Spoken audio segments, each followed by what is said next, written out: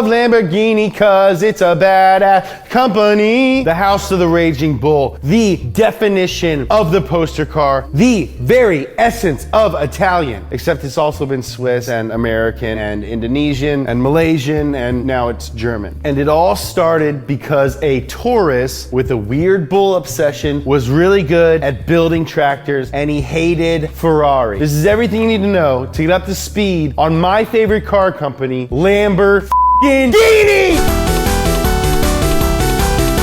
Ferruccio Lamborghini had made a fortune building tractors. Dude had a tractor empire. What do you do when you're rich AF in Italy? You buy a bunch of Ferraris. They were race cars for the road, as in the interior sucked and the clutches kept going out. Which, when that happens, you gotta tow the thing to Maranello to get it fixed. Molto annoying. Lamborghini felt that for the chunk of cash he was throwing down for these things, they should be perfect. He complained to Enzo Ferrari about this. I buy a lot of cars from you. I made all these tractors, and Ferrari was like, who the f is this guy? Get the f out of here, dude. Ferruccio was pissed. So, Lamborghini and his tractor boys modified one of his Ferrari 250 GTs, and the shit was better than the stock one. And Lamborghini was like, Enzo Ferrari. Tractor boys, we're making cars now. He recruited the best of the best in the Italian auto industry, including ex-Ferrari engineer Giotto Bizzarini. Lamborghini ordered him to make a V12 engine, but specifically one that could be used on the road, not some crazy, unreliable race engine. So immediately, Bizzarini built a crazy, unreliable race engine. This thing could rev up to 11,000 RPM and made 400 horsepower, which was insane. He wanted to push the engine even further, but Ferruccio was like, nah, this is a road car. They detuned it for the road, and the legendary Lamborghini V12 was born. A true masterpiece, so good that they continued to use variants of it until 2010. They continued to slave away in the barn or whatever, and in 1964, the 350 GT popped out.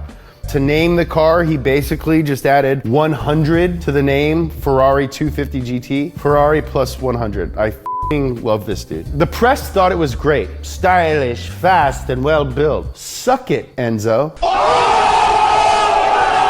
The 350 GT was updated to the 400 GT a year later. So, Lamborghini had done it. He'd made a genuinely good sports car. It really couldn't get any better. Unless, of course, they could somehow single-handedly invent an entirely new category of vehicle, but what are the odds of that happening? 100%. Ferruccio Lamborghini wanted to make road cars, not crazy race cars like Enzo Ferrari, but his engineers in secret decided to spec out a race car anyway. As they worked on it, they came up with some batshit ideas. A mid-engine, rear-wheel drive sports car that was light, planted, and it has the V12. To everyone's surprise, when the engineers pitched the idea to Lamborghini, he was like, do it! Do it! I mean, he figured it might be a good marketing stunt. He even guessed they might sell a few models, like 50 total, tops. The result was the Lamborghini Miura, named after Don Eduardo Miura, a famous bull rancher and Lamborghini's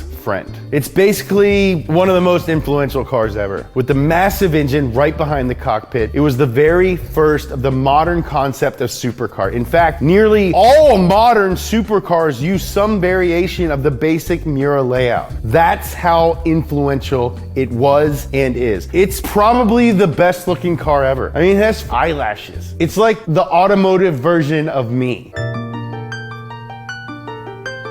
Oh, one other small detail. It was the fastest car in the f***ing world. Sup, Ferrari? Oh no, you heard about my Miura? Yeah, I mean, I guess it's the fastest car in the world, whatever. You still dating Trent or whatever? That's cool, I just want you to be happy.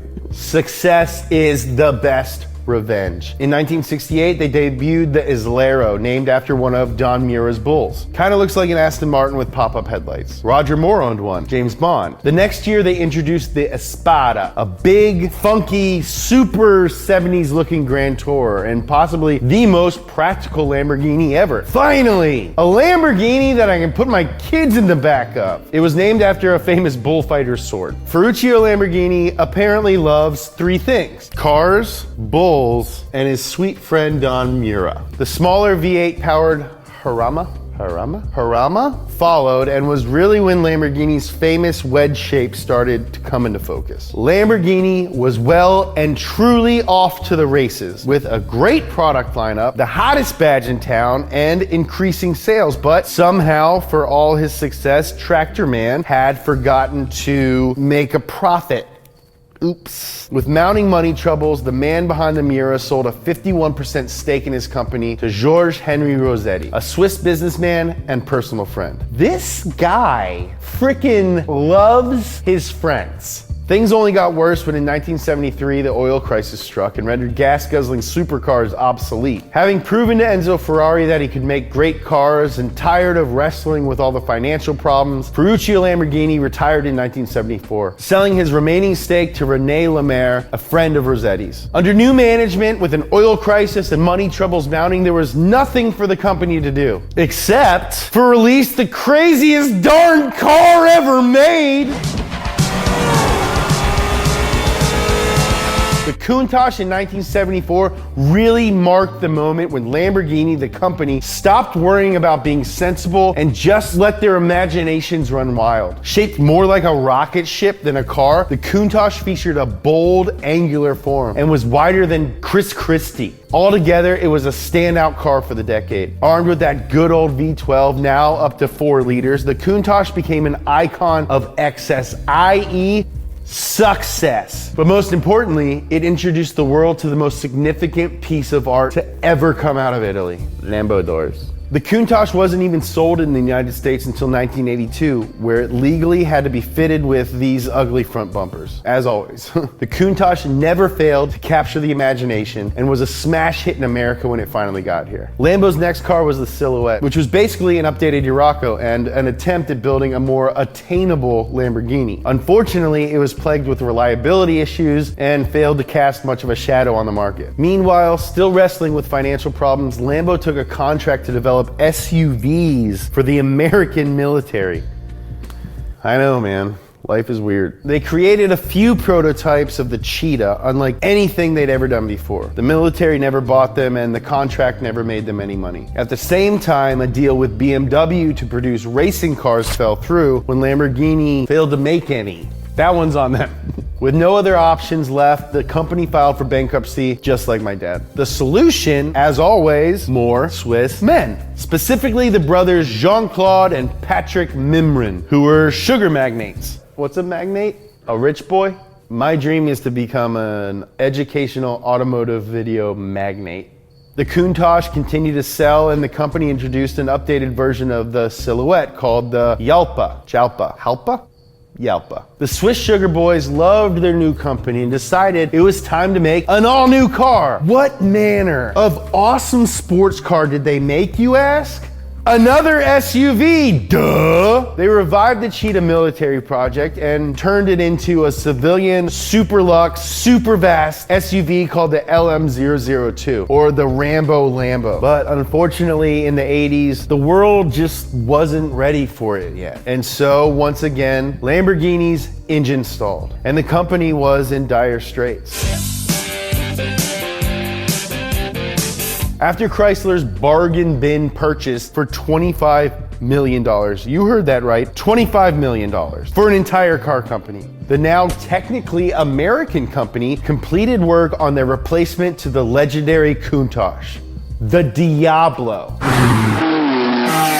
You ever heard of it? It's named after a famous bird. Just kidding, it's named after a bull. The 485 horsepower V12 Diablo was the fastest car in the world when it debuted. It was a statement on the new Lamborghini, and it was a roaring success when it was released in 1990. It also did this really weird thing that was like totally new for Lamborghini. It made money. Lambo finally turned a decent profit. Things were going well, so immediately, things fell apart.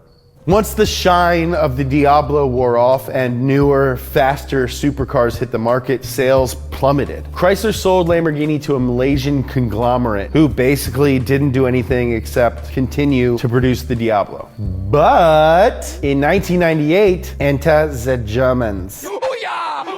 To celebrate my 8th grade graduation, the Volkswagen Group, my other favorite car company, took ownership of Lamborghini. This is the beginning of modern Lamborghini. The Germans wanted a brand new car to represent a brand new chapter for the now German Lamborghini. And so the company got to work on a replacement for the Diablo. 2001, enter the Murcielago, named after the original bull in Miura's stable. Armed with a 572 horsepower V12, still based on that original engine, as well as that signature angular wedge form, Lamborghini Murcielago brought the House of the Raging Bull into the 21st century. And 2 years later, it got a baby brother. For the first time in decades, Lamborghini unveiled a second product to their lineup with the Gallardo. It was a more affordable, totally unaffordable car. And Lamborghini really held themselves back and only put a V10 in it. Now, that's restraint.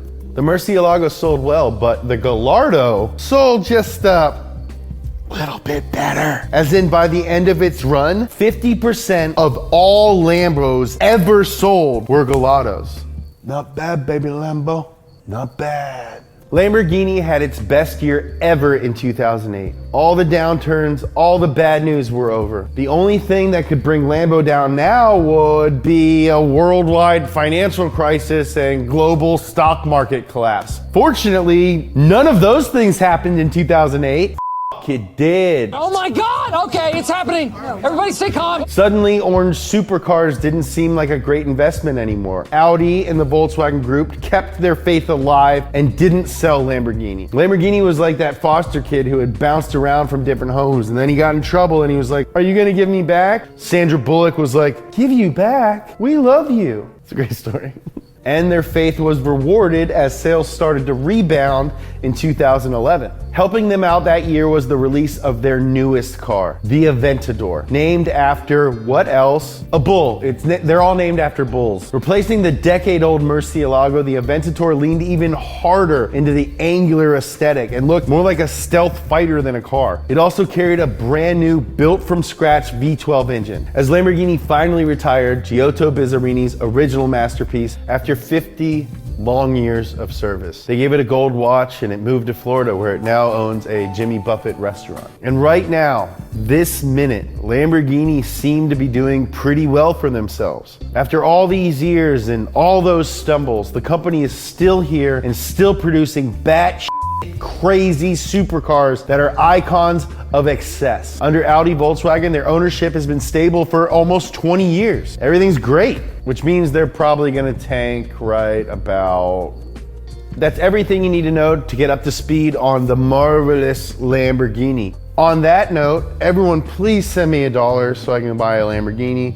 Don't worry, the WRX episode is coming up, I swear to Colin McRae. Thank you guys so much for watching. This is our first time covering a big subject. What did we miss? What other car brands, influential car people should we do an up to speed about? What track, what racing series? Make sure that you comment, like, share, subscribe, up to speed every Thursday, only on Donut.